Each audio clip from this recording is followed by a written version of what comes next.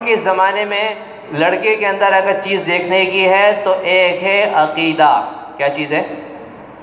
اس کا نظریہ درست ہو، مسلمان تو ہو کم از کم. آج کل بہت سے جدید تعلیم یافتہ جن کی تعلیم تھوڑی زیادہ ہو جاتی ہے وہ اللہ ہی کا انکار کر دیتے ہیں. ہمارے پاکستان میں بھی آپ کو کثرت سے ایسے نوجوان ملیں گے جن کا آخرت پر کوئی ایمان نہیں ہے، اللہ پر کوئی ایمان نہیں ہے، ایتھیسٹ ہیں وہ.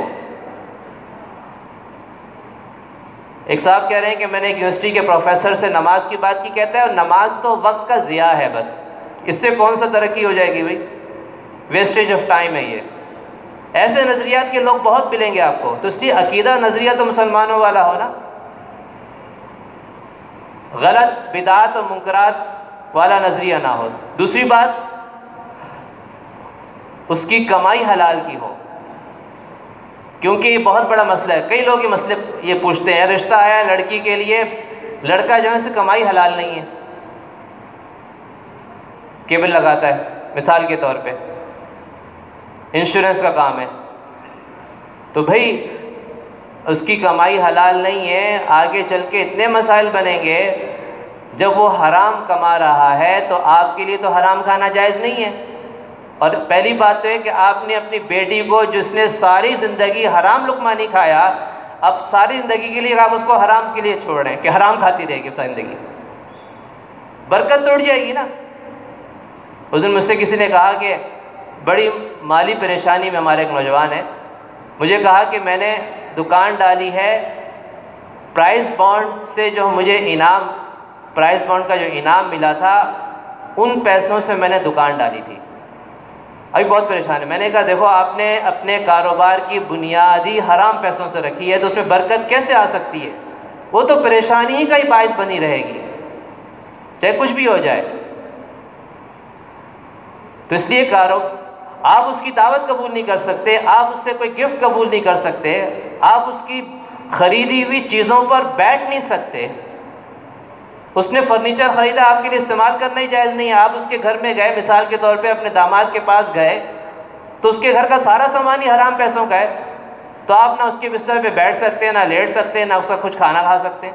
مسائل ہی مسائل ہے نا. تو اس لیے یہ ایک بہت اہم چیز ہے زمانے میں کہ رشتہ ہمیشہ اس چیز کا بہت خیال رکھنا چاہیے کہ اس کی کمائی حلال ہو. تیسرا ہے کہ علماء کا ادب کرتا ہو، اہل اللہ کا ادب کرتا ہو. مسلمان ہونا بھی کافی نہیں ہے اگر اس کے دل میں دین کی، دینداروں کی، علماء کی نفرت بیٹھی ہوئی ہے، کیونکہ یہ تو ایک عام سی بات ہے نا ہمارے ماحول میں. نوجوانوں کے ہر وقت ان کا پسندیدہ مشغلہ کیا ہوتا ہے کہ علماء کا مذاق اڑانا. تو ایسا بے دین نہ ہو. چوتھی بات یہ ہے کہ اس کے اندر دینداری بھی ہو.